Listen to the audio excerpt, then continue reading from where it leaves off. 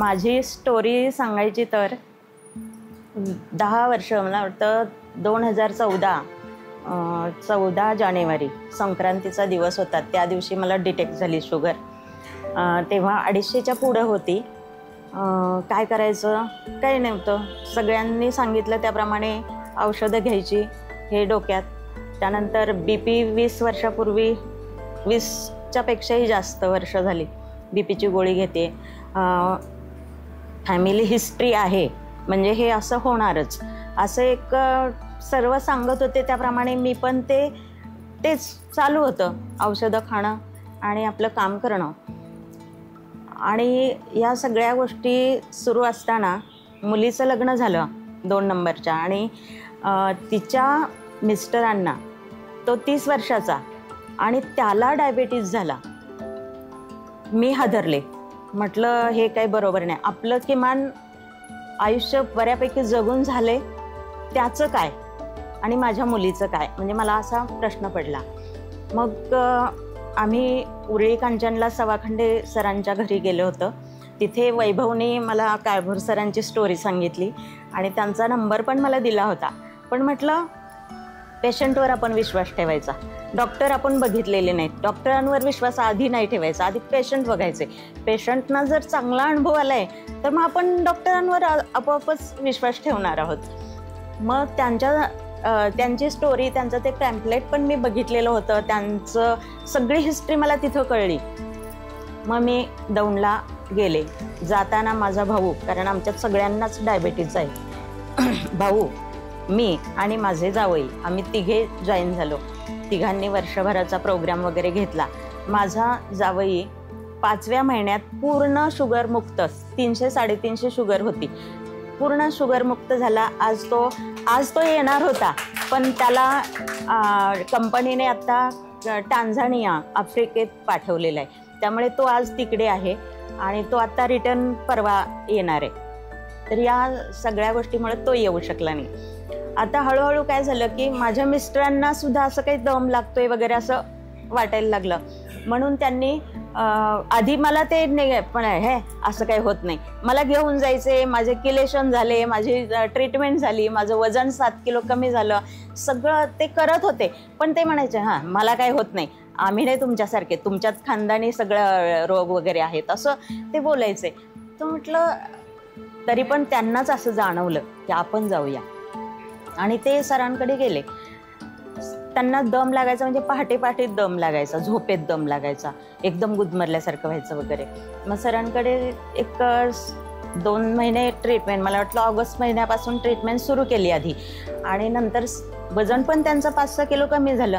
तर सर म्हणाले एकदा ट्रीटमेंट हे चेकअप करून घ्या तुम्ही, म्हणजे मग आता तुमचं तर वजन नीट झालेलं आहे, काहीच प्रॉब्लेम नाही, प्री डायबेटिक होतात तुम्ही, तीही गोळी एक कमी झालेली आहे, आता पुढे तुम्ही चेकअप करून घ्या. आम्हाला कमला नेहरूचा दिला पत्ता. त्याच्या आधी मी पण जाऊन आलेले होते. म्हटलं काही टेन्शन नाही, चांगलं हॉस्पिटल आहे. मला आधी पाठवलं तेव्हा माझ्या डोक्यात हेच, कसलं हॉस्पिटल असेल आणि काय आणि कसं काय सरांनी पाठवलं तिकडं वगैरे. पण तिथे खूप छान सोय. सरांचं, तिथल्या सरांचा, जाधव सरांचा पण नंबर दिलेला होता.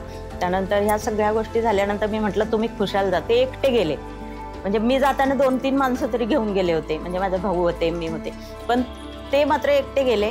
आणि त्यांची एन्जिओप्लास्टी आधी त्यांचा टेस्ट हे घेतले, टेस्ट आणि इको पण, ह्या दोन्ही टेस्ट त्यांच्या फेल गेल्या, म्हणजे चांगला रिपोर्ट नाही. म्हटल्यानंतर एन्जिओप्लास्टी करायला सांगितली. त्यात मग 90% आणि 70% ब्लॉकेजेस त्यांचे दिसले.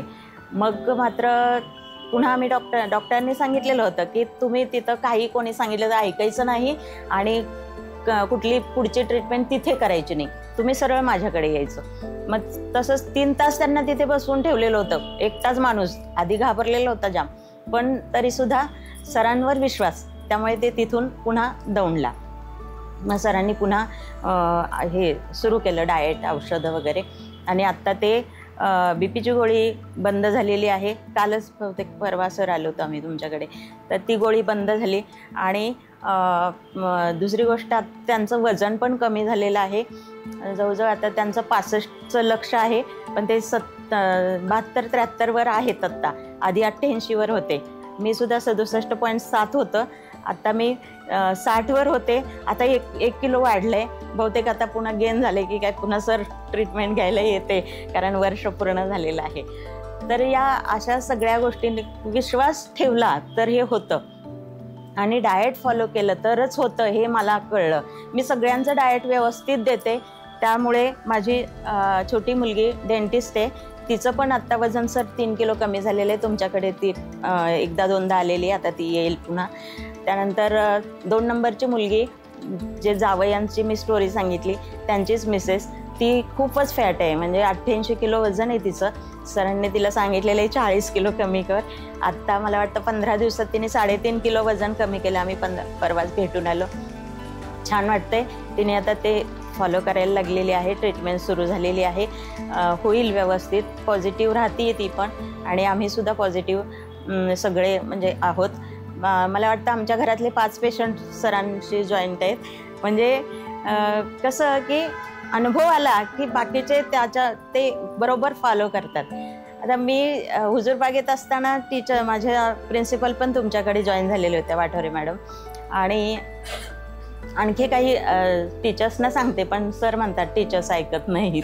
तसा मला खरंच अनुभव आला. आपण काही सांगायला गेले की ते दुसरंच सांगतात की ही फळं खायची, असं खायचं, तसं खायचं, ते असं, हे एवढंच खायचं, तेवढंच खायचं. म्हणजे अरे मी सांगते ते राहिलं, ते दुसरे म्हणजे मलाच ऐकवतात. तर सर म्हणतात की तुम्ही माझा विद्यार्थी फेल आहात, कारण मध्य प्रदेश तुमचा काही कमी होत नाही. हे आहेच. आणि एन्जॉय खूप छान वाटतं सरांकडे गेलं की.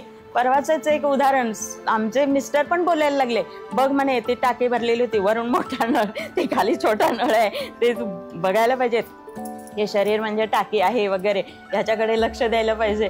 ते पण लेक्चर द्यायला सुरुवात करतात, आणि कोणालाही सांगताना ते मनापासून सगळे अनुभव सांगतात. मला वाटतं सरांकडे निलेश कदम सरांकडे त्यांचे 30 किलेशन झाले.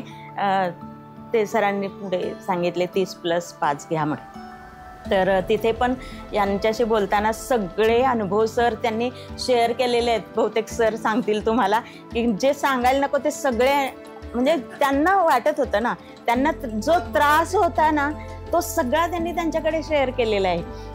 तर अशा पद्धतीने किलेशन घेतल्यानंतर काय फायदे होतात, त्यातले सगळे फायदे हे खरंच आपल्याला होतात. हे मी सुद्धा 15 किलेशन घेतलेले आहेत, त्यातनं सांगू शकते. आणि शिवाय सरांनी, आमच्या मिस्टरांनी 30 घेतलेले आहेत, आणि त्याचा खरंच खूप उपयोग चांगला होतोय. तर थँक्स टू डिंबा.